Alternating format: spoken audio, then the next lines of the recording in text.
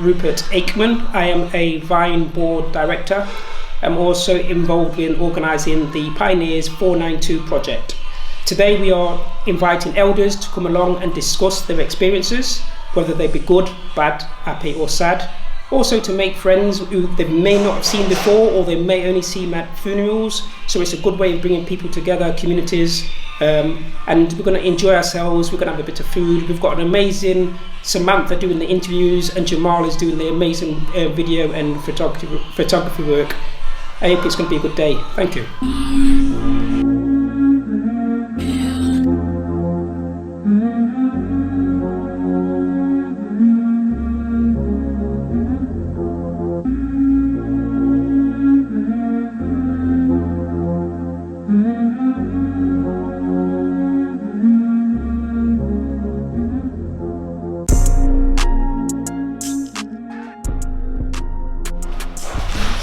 Over to you, Samantha. I don't want this to be structured. I just want you to feel like you're talking amongst friends and having a conversation and sharing your experiences. There has to be some structure, so I'll just throw in questions that I think you need to expand on.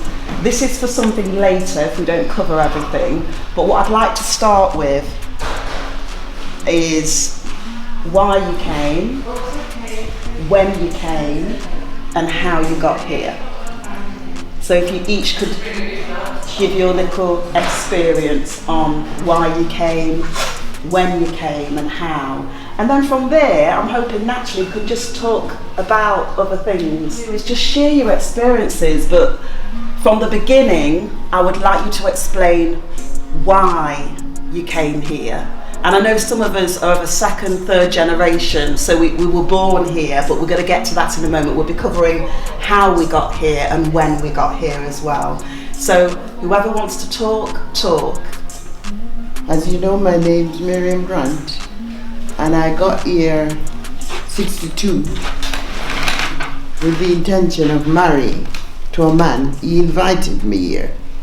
I didn't come here to scrape like I had to. I scrape and scrape and scrape. You know, jobs, having children and slipping from one job to another. But I kept my sanity. I kept myself as my mother and father would have loved me to. It's been hard because coming from Jamaica and not knowing where you were going or whom you're going to meet when you get there, I'm still crying.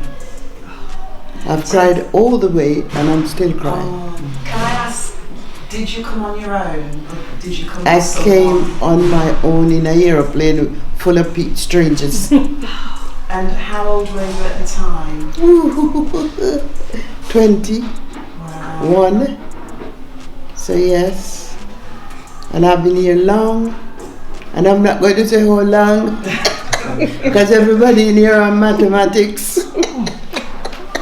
Yes, and I came, I had a child in Jamaica, and I got married, and 3 years later I had another one, and 10 years later I had another one.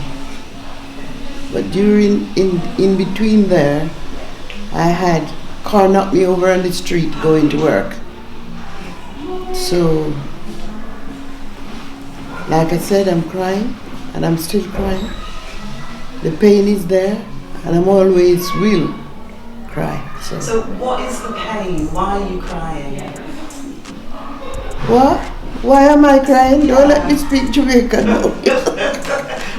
I leave my father at the airport. Yeah. I leave my child in my mother's home. Why am I crying? To leave my yard, to leave my parents. I've never left my parents. I never had to leave my parents. I never leave my brothers and sisters. And my gorgeous aunties. And gorgeous uncle. So yes, I'm still crying for that kind of thing. Yeah. Not because anybody hurt me. I've worked and I've enjoyed my working, and Even though I wasn't dedicated, like your son here, bless him, I had some good jobs, top into good jobs, and I'll stop there. What is the first memory you have coming here? What stands out for you? Well, when I came off the plane, we were taken to. I came 62, and when I came off the plane, we were taken to a large room, and like this was piled up a coat, and they were all mink coats. They were all mink coats, and everybody was given, and they're seconds, they're not new, and everybody was given one because it was the bad winter. 62 winter. So, yeah, we were given, and I've never ever in my life wear anything that somebody else had worn. So I had problem there. I had problem for that. My name is Stelma. I came here I came here 1961. When I came up, I never liked the building when I reached in London all along. And it was so cold because it was March month, 29th of March 1961. And every day I keep crying, night and day, why I leave my mother and my father, because it was so cold. And I'm never happy, although I came up to my brother, but I still didn't want to go back. But day by day, kind of getting used to the country, although it is cold. And I got a job, and I worked there, and working, you meet people, I get friendly with them, and I was feeling a little better.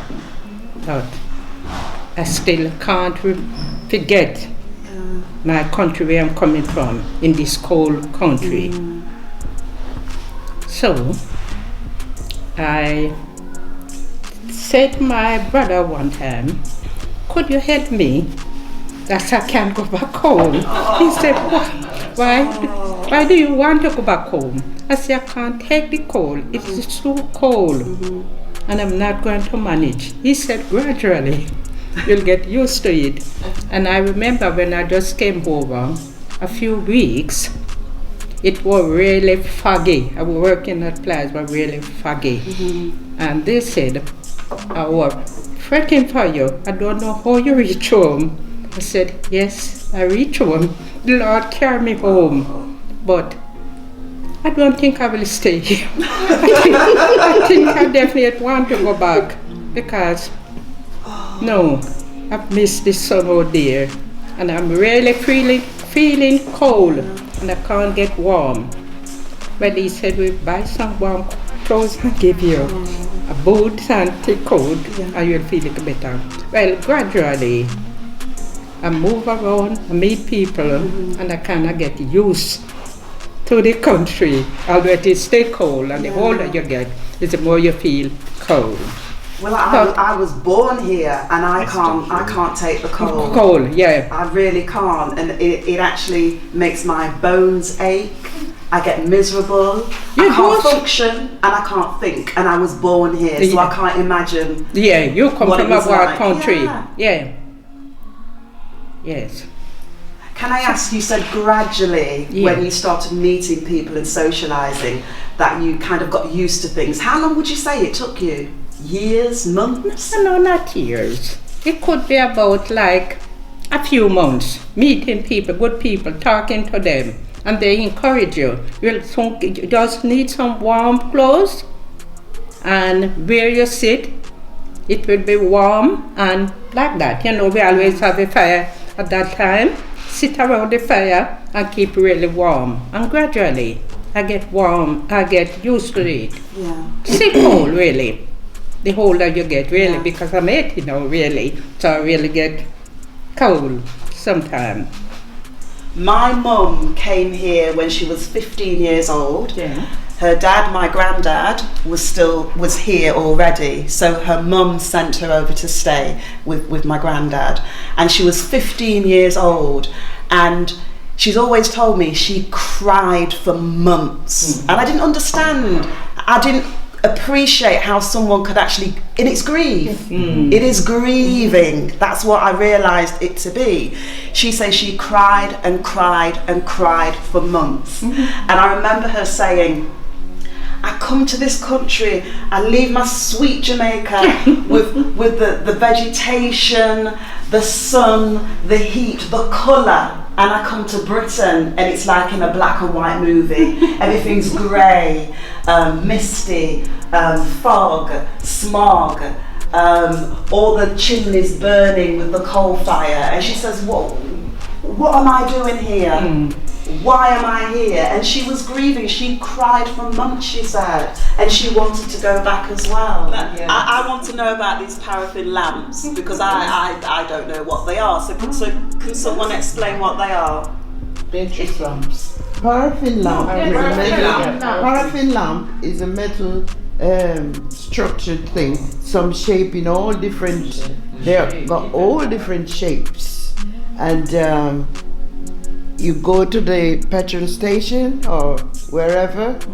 Hardware shop, And you buy the paraffin gallon, and you pour it in the thing, and you strike a matches and you light the thing, and you have to be very careful or you close it. Because if you don't do it properly, it can turn the whole world black. And that happened to me a whole lot. Yeah, me and all. I think it was about 1963. There was some people used to live at my house, and they moved, but we remained friends. And this lady had a beautiful daughter called Judith. And it tears me up now to remember. Went to work one day and somebody said to me, guess who's in hospital? Evelyn Judith. And I said, what's wrong with her? She went to live with Winnie, that's Evelyn's friend. And Winnie in bed, sent Judith downstairs to light the paraffin lamp so she can come down in a nice warm house room. The poor child is afraid. When she opened the lamp, it started to blaze. And instead of shouting, she wanted to close it so that she wouldn't beat her. And by the time she started to scream, and I made it my duty, and I went to see her on the burns unit. Oh, the child. Oh my God. Can I ask what year that was, please? It was about, let me work it out. We were living at Gorsey Road about 52, 53. So she would have left in 63. Yeah. And I was at City 62 to 65. So I can tell you exactly when. It was after that big freeze in 63. Because I can remember the house being flooded, you know, the pipes burst, water all over the place. And I did not know that you could claim insurance. And somebody must have told this decorator man that this lady house got flooded and he wanted work. And I said, I haven't got any money to do it. And he said, no, you have insurance. And of course I did. So he helped me with the papers and he came, and that was the time. Because I can remember we had difficulty going up, you know, plenty people in the house, going up and down the stairs. And Miss Winnie, she can't keep her foot in the middle. She always put her foot over on the paint. And this time the man said, you know what, I'm not doing it over. And that mark was left. But it was dreadful. You know, and I never forgot Judy. Did she survive? Pardon? Did she survive? No, she died down.